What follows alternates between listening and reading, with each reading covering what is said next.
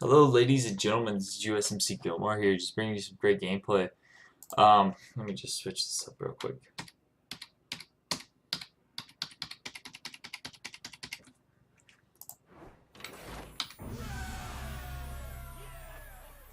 Why does it only show that? Where's my... Oh, Hearthstone's what the fuck down there. Alright, well. There we go. There's one game, yeah. Um, Today I haven't recorded in a while. And my reason being is because I've been streaming a lot. So if you'd like to watch me play video games, check out my stream at USMC Gilmore at 051814. I'll put a link in the description down below. Um, Today I'm going to talk to you guys about my little trip to 29 Palms, California for a second time.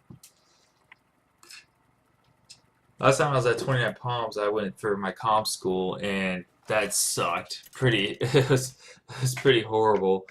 But I ended up, when I got out of 29 Palms and joined my unit, I got this shit smacked down on my fucking table saying, hey, we're going back to 29 Palms.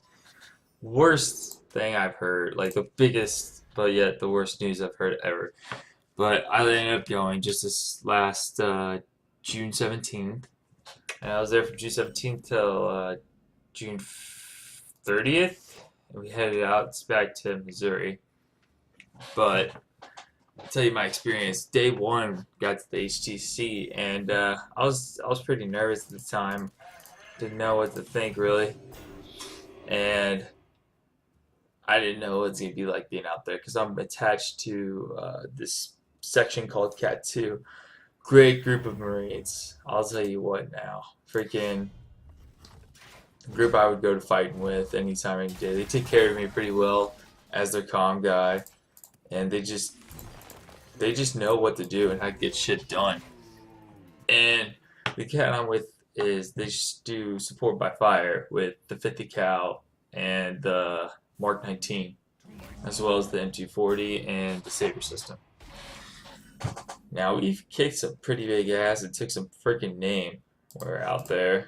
Oh, I should use that too. But we ended up landing and getting to 29 Palms. We ended up having to go to Camp Wilson for to be out in the field.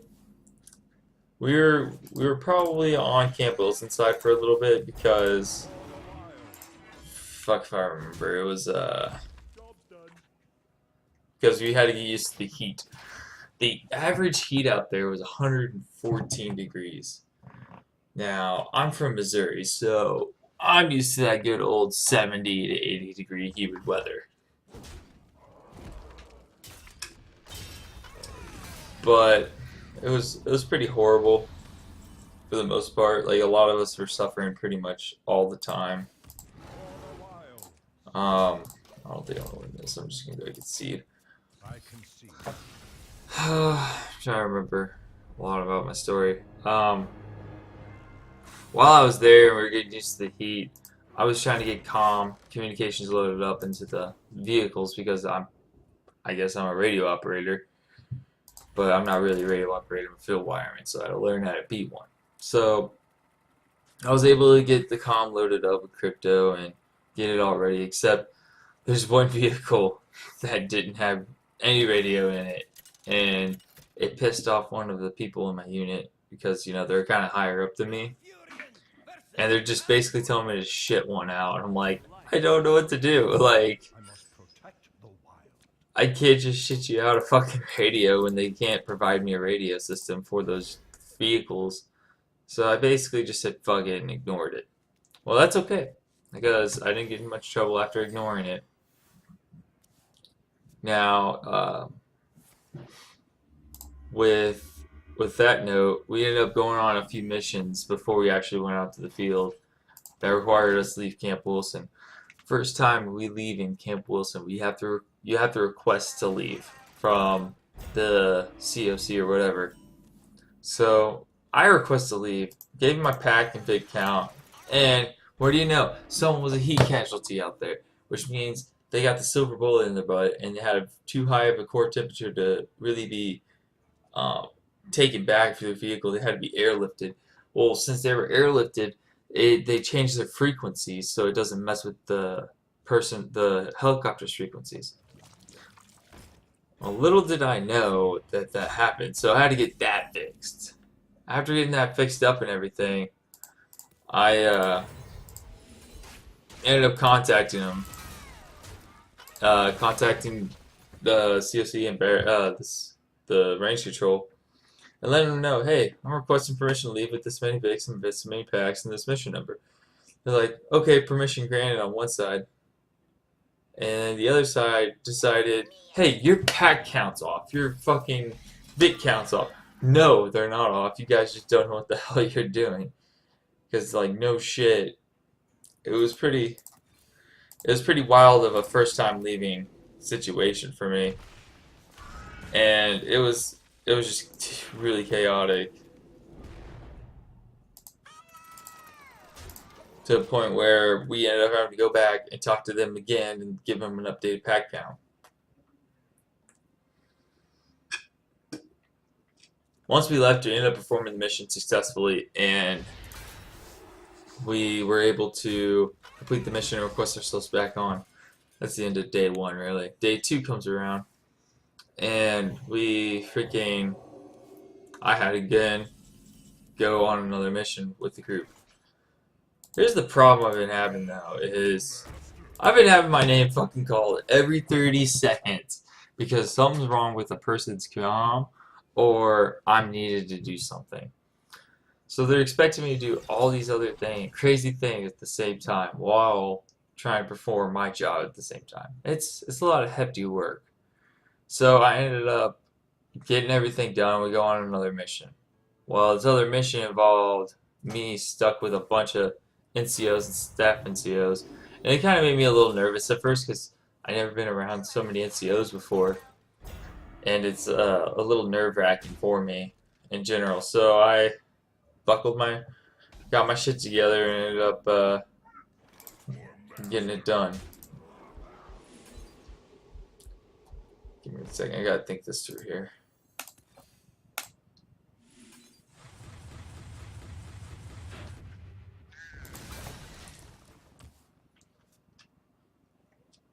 So once we left and did the meeting, we went to the meeting, and I guess we showed up late because, what was it? Oh, I remember. It was just because we just freaking showed up late, I guess. I honestly don't remember why we showed up late. So we had to show up. We decided to show up again another night for the debrief, and we departed. We were all ready to depart. We were gonna show up on time, actually before time, probably 30 minutes before we got there. Well, there's a problem though. They decided, hey, because there were so many heat casualties at one time, they shut down all departures, and basically we couldn't leave the base, like, period. We couldn't leave Camp Wilson at all because there's so many helicopter evacs that we couldn't get on the radio, so they stopped all movement. We already have a group of Marines doing a resupply for the mortars, and what happened is, son of a bitch. There's no spells for this guy, so I ended up sitting by the radio and waiting. Due to this, they actually extended the time and said that we don't have to leave until they ended up lifting the freaking white flag to allowing us to leave. So I ended up staying for a little bit, which it wasn't too bad. It was just more tedious. Once we left, we got to the meeting, and we were there for like a little bit of a while waiting, which wasn't too bad. After that, we ended up coming back. Day 3, we had to go to main side, which is 29 Palms, like the main side of 29 Palms base, to get our saber systems looked at. Once we got our saber systems looked at, one of our saber systems didn't work. They had an error code. We had that problem going for us, and a lot of other just chaotic shit. So we ended up freaking just dealing with it. And so one of the error codes got fixed, and During that time, I could not get a hold of freaking headquarters, the fucking COC to for the longest time. And it started making me a little mad because I just couldn't get a hold of them in general when I needed to. And it's because we were in the spot where you couldn't get much radio signal going out towards them because we were in a dip. That ended up all fine. Now, day one of us leaving for the field, we left for the field around 0809. And once we got there, it was pretty late at night, so we got to go to sleep. Well, we went to sleep and we were no, not even then. We went and set up our camping netting, and then we departed to go to the spot where we do our support by fire defense. We'll come find out that's not a good spot, so we found a new spot and got that set up. Once we got that set up, we oh no, what are you doing, Leroy Jenkins?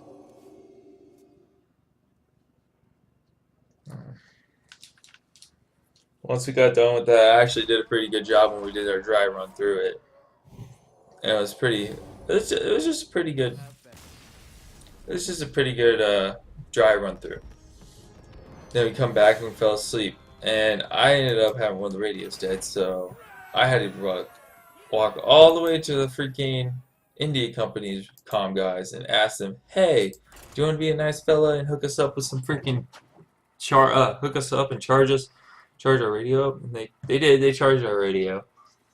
But I had to get on second to last Firewatch to go pick up that radio. And holy hell, I was so tired.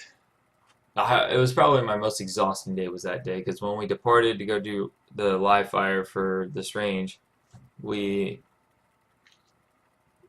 ended up getting there. I'm doing my radio shit, and they're firing their 50 cal. One of our 50 cals wouldn't fire more than 2 bullets at a time. We ended up having to cock it back because we lubed it up pretty good, but the problem was it just wouldn't fire more than 2. I guess there was a problem with the headspace and timing to where we couldn't even fix it. So on that note, we kind of just sucked it up and kept going with it. Well, when we were driving off and they were talking to the coyotes or whatever, I ended up freaking must have been out of it or something, because the trunk opened up, so I ran out of my Vic because the other guy in the backseat wouldn't fucking do it because he's a lazy sack of shit. But whenever I got out of my vehicle and I ended up going out there with my black gear on, I closed the trunk, go back to my Vic, looking for my black gear radio. I couldn't find it. I was freaking out. I'm like, okay, it must have fell outside. Get out of my Vic. There's 2 sergeants right in front of me, telling me, "Hey, your freaking radio got crushed." I'm like, no, it didn't, because we didn't move from the spot where I could have lost it at.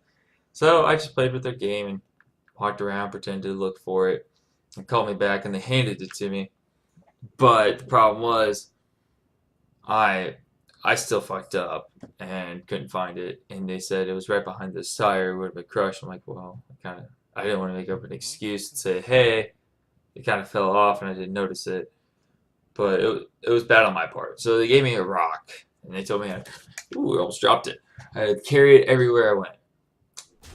I literally been out there for so long, in my opinion, that I decided to name my rock. And I named my rock Bill. Don't know why I named it Bill, but I named him Bill. And basically, ooh, I'm gonna use you out of this bitch. So I had Bill on me everywhere I went, and holy cow, I put him in my cargo pocket, and he was scratching and jabbing my freaking legs the entire time. And it actually, in the long run, it did help me out. It helped me slow down a bit and kind of recuperate what I was thinking, and got me actually thinking pretty well. So on that note, I'll just keep them there. And I keep them around now just as a friendly reminder to slow down, think, and keep your shit together. But when we're out there during the live fire, I got to see a small fire into a freaking hill and just Holy cow, that thing was loud. It caught me so off guard. It was amazing. And just and our mortars were firing as well, firing smoke to cover up the grunts. And as they were covering up the grunts, they were son of a bitch.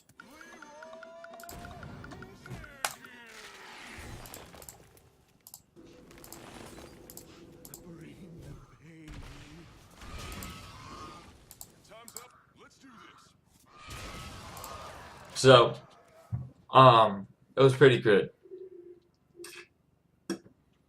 We were there giving support fire, cover fire for the grunts to push up, and then we were giving freaking, um, we were giving, we had mortars shooting down to give us smoke and cover. And after that, we had a lot of shit going on all at once, and it was pretty awesome. It was just a huge honor just to be there to see that kind of stuff. Then we went to after all that, we ended up going and we're trying to find this range, and we got lost. They told us it was this one range. It ended up not being that range at all, and we ended up on a freaking in a legit passing through a spot where fire is being laid down at, and we ended up shooting at that spot. We didn't get shot there though, but fucking ended up on this mountain town, just chilling out there. And I requested what the coordinates were for the fucking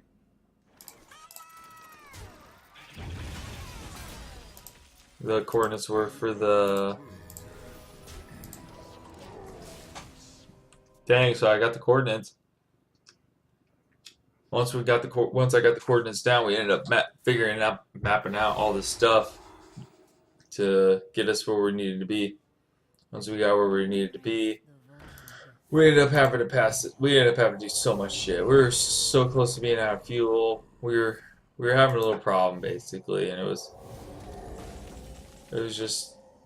pretty hectic at the time. No, I don't want to do that. I want to do this. Once we freaking got there, we are almost out of fuel, so I ended up calling for a resupply for fuel. They're basically asking us, hey, can you get to a checkpoint at 0200 in the fucking morning? No, no, we can't, because we still have to go and fucking the next morning we have to head out, and all the checkpoints are fucking closed for gas.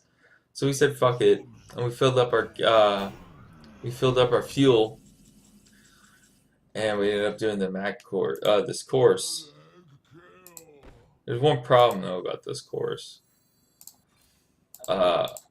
We had no clue what the fuck we were doing, I feel like, because we didn't even do a dry fire. We just went straight into live fire, and once we did that, we were following the tanks.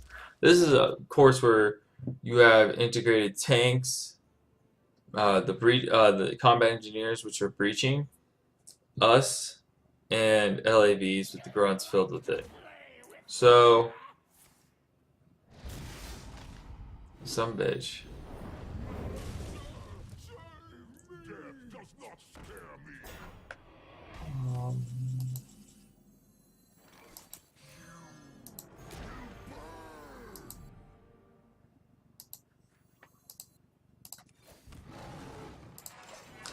We ended up performing this, so we had to trace the tanks, which means following them and give them support by fire. Well, at that time, I could not get a hold of their guys at all. So I was thankful enough to teach one of the NCOs on how to use the radio and how to switch net IDs. So he was on the battalion net ID, so I taught him how to switch, and he switched over to the net ID we needed to be on, able to contact the tanks and tell them what we were trying to freaking tell them. And we were able to relay our messages to them. At that time, though, there was one problem. Oh, some bitch.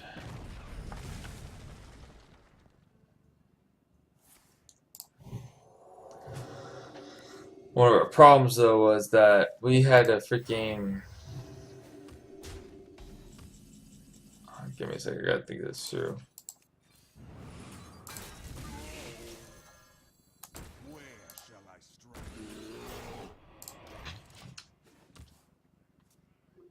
Once we got that out of the way, we ended up following the tanks. Well, the tanks went over this dip, and we didn't. They didn't obviously dip in because they're big enough to just run over it.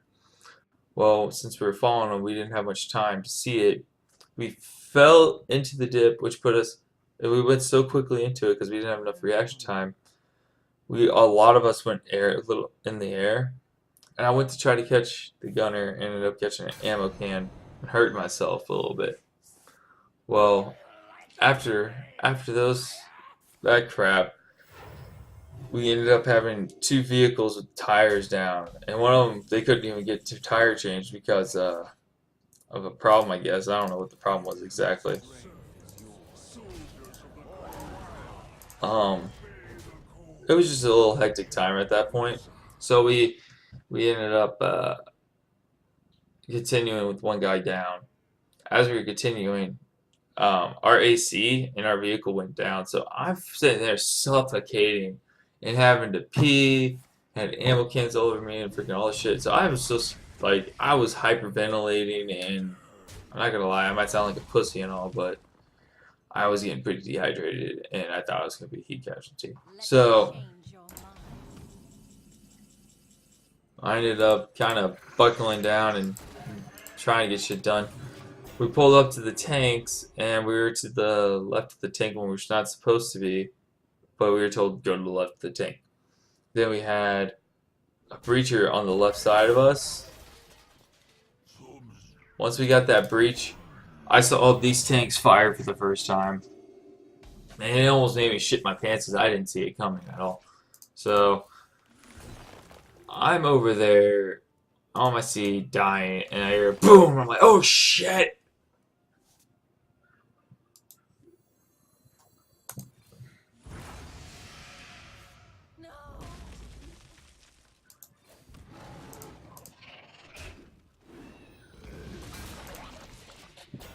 And then on the left side there was the breacher, and they shot C4 into the berm to clear the berm out so we could advance.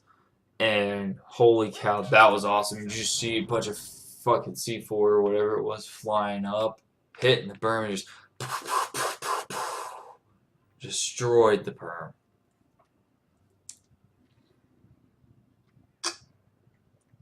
After we did that, we just went through, and it was just a hectic point for us, I guess you could say, and it was just awesome in general. Like, it was probably one of the coolest things I've ever seen. We advanced. Once we got done with that mission, we ended up popping, like, literally tearing 4 tires because the terrain there is so rough, and it just got to us pretty badly.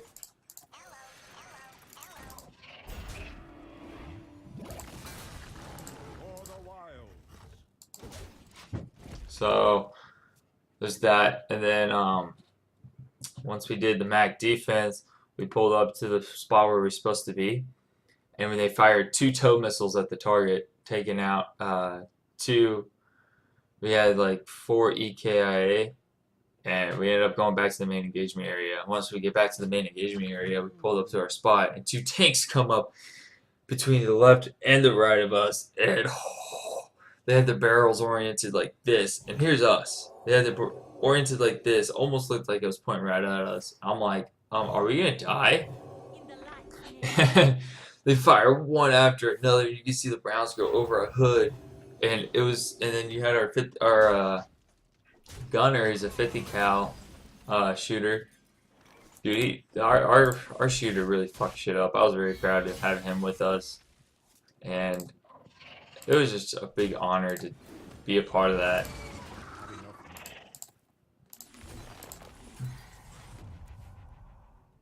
There you go. Give me that good card. So we pushed. Once we got that done, we were supposed to do a counterattack. Well, there's a problem though. We can't do a counterattack because we're almost out of fuel. And that was the last day of being in the field. That was like day 4, day 5, or whatever. But the thing though is, it was pretty awesome to experience something like that. And I don't want to say that sums up my time in the field because there's so much more I could tell you guys about, like so many more stories, but it would take too much of this video. I could tell you that the night before we did the MAC defense, after our MAC offense and all that bullshit, we fell asleep and there was a sandstorm, and holy cow, that sandstorm was powerful. I had all my shit in the Humvee with all our rounds in it, so I couldn't get to my stuff really. So I decided, screw it, I'm going to sleep. I went to sleep. And and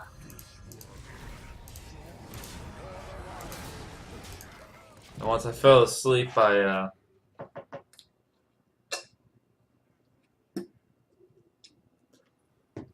fell asleep and then I woke up and I'm basically buried in sand because of that sandstorm. It was pretty hectic, and this guy just killed my fucking. Oh my god, the advantages this guy has.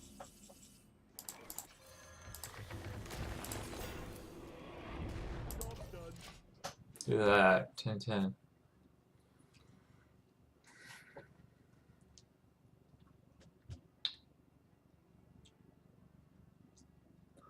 But what did I end up doing?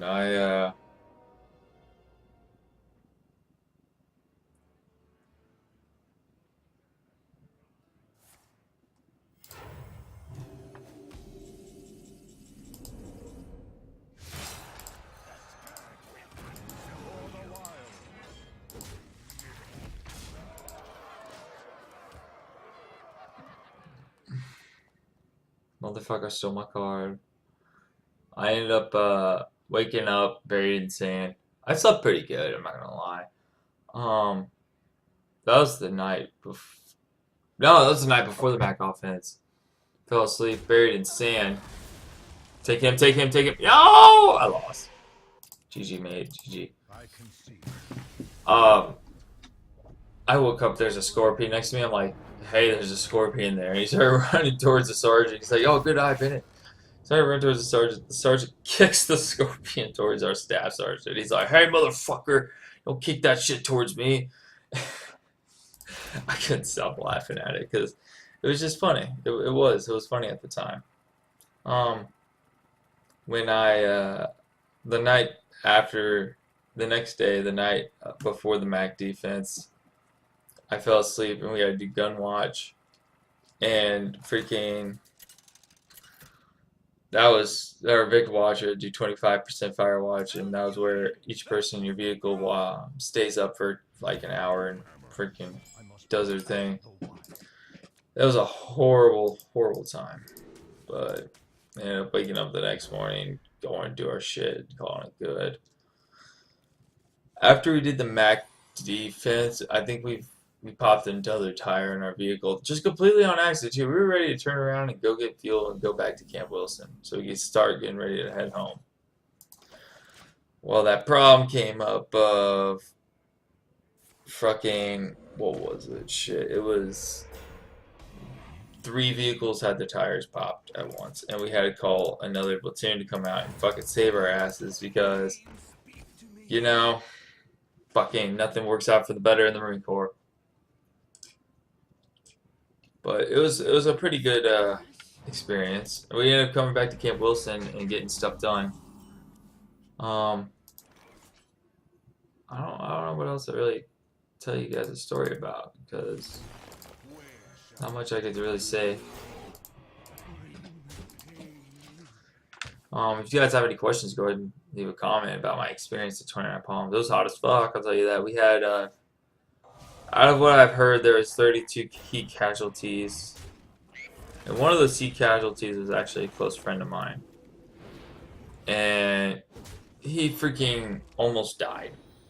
He had a core temperature of 109, which is considered physically impossible to live through. Well, this fucker, stubborn as fuck, he lived through it. And I was so happy to see he was okay and he's walking and working again. But I did a good job out there, being my first annual training on my own. You know, I was pretty proud of myself at that moment. I feel like I did a good job.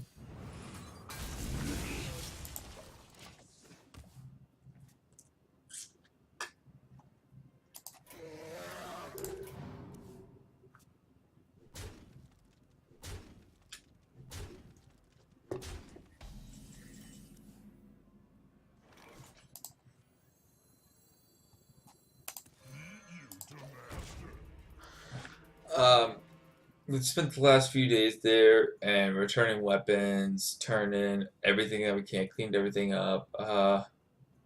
We actually had full accountability of our communication gear, and that was pretty good for us. It was just I don't know.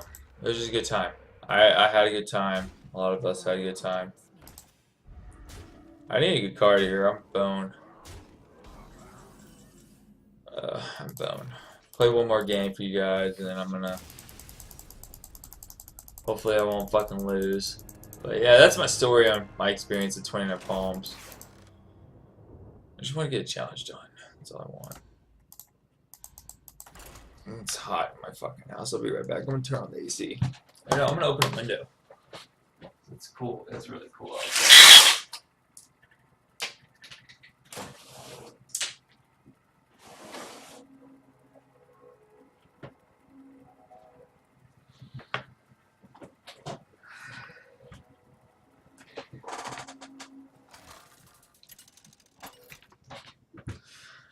Oh, now I'm home. Got to see my wife. I missed her. I missed my wife a lot when I was gone. It's pretty crazy. I ended up getting a killer tan line on my finger. You can't see it now because either my fingers got sunburned or something because my fingers have been peeling like crazy. Like they're still peeling now. It's pretty gross. It's like, ew, why are you peeling? I didn't get much sunburn though. I mean, I had a couple burns, but it wasn't bad enough to peeling skin. Like my arms got burned a bit, my freaking neck and forehead, but it wasn't that bad.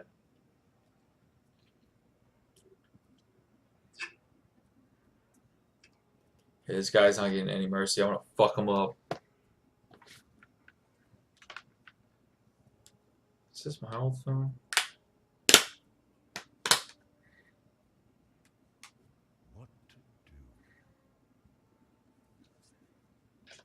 Can't tell. This is no, this is Emily's old phone.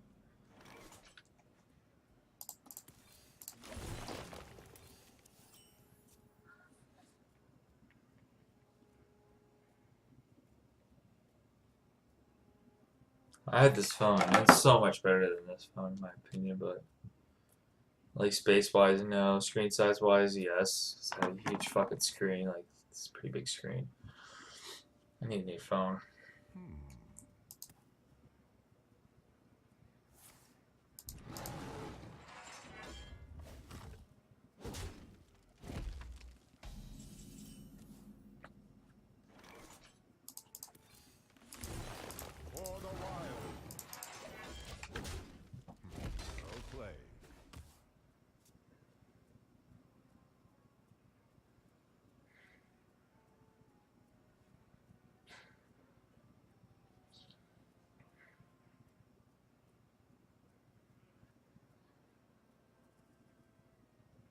Death does not scare me.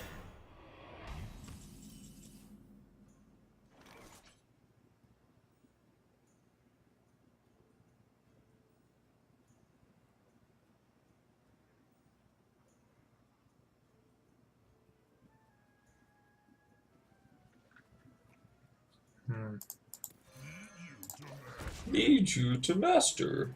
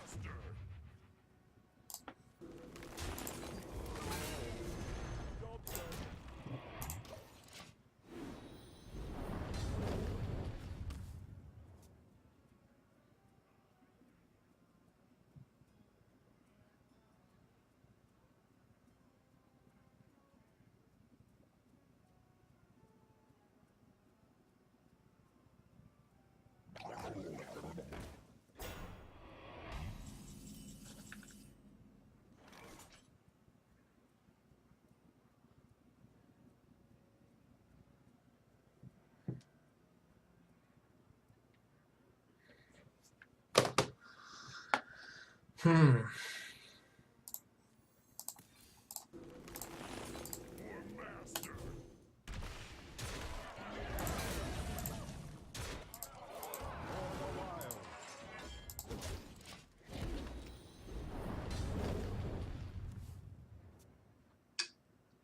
Holy cow, I forgot I was recording this whole time. I'm gonna have to fix that. My apologies, guys. Got bored, and so I messed with the phone. Just wondering if I'm gonna win this game. You know, like you get bored of Hearthstone, and you're just like, it's a game. I'm gonna wait for my turn, so I'm just gonna play on a video game this entire time.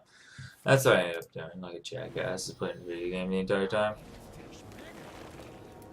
Ooh, what's this do? It started your turn. Oh, nice.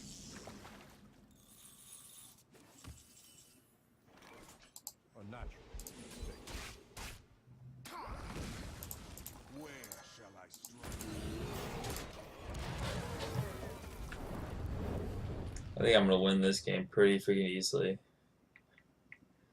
I don't know. Like the guy's level 21, I'm level 20. I should have done a legendaries. It's good because I just fucking threw this deck together like a fucking shitstorm. Use two? Okay.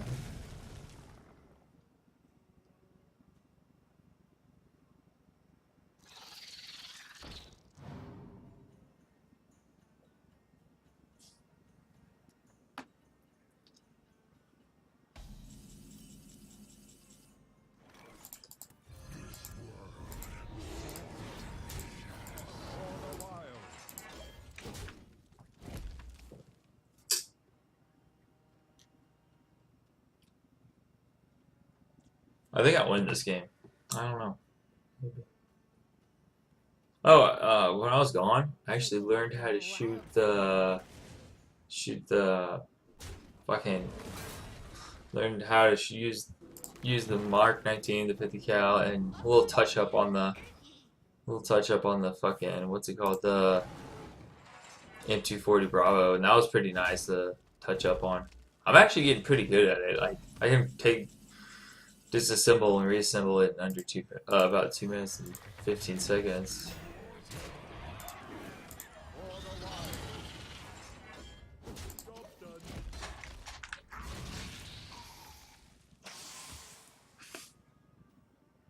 More skin being peeled off. You know.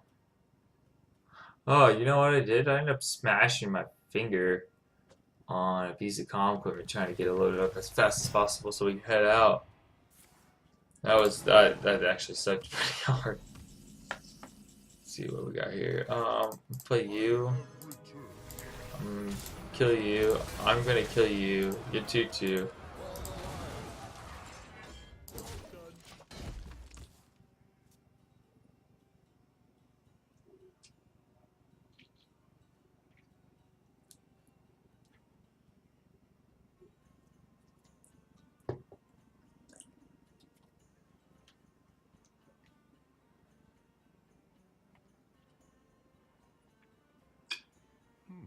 Come on, I want to win.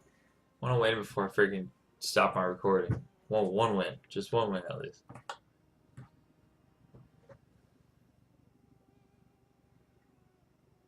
This isn't Moonblade.